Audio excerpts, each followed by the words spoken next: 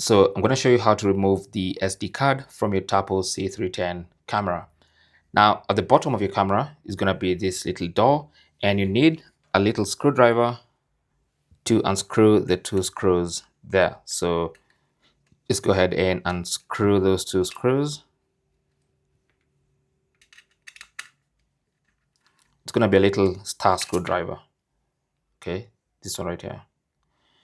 Then pick up the door, and then your SD card should be in here.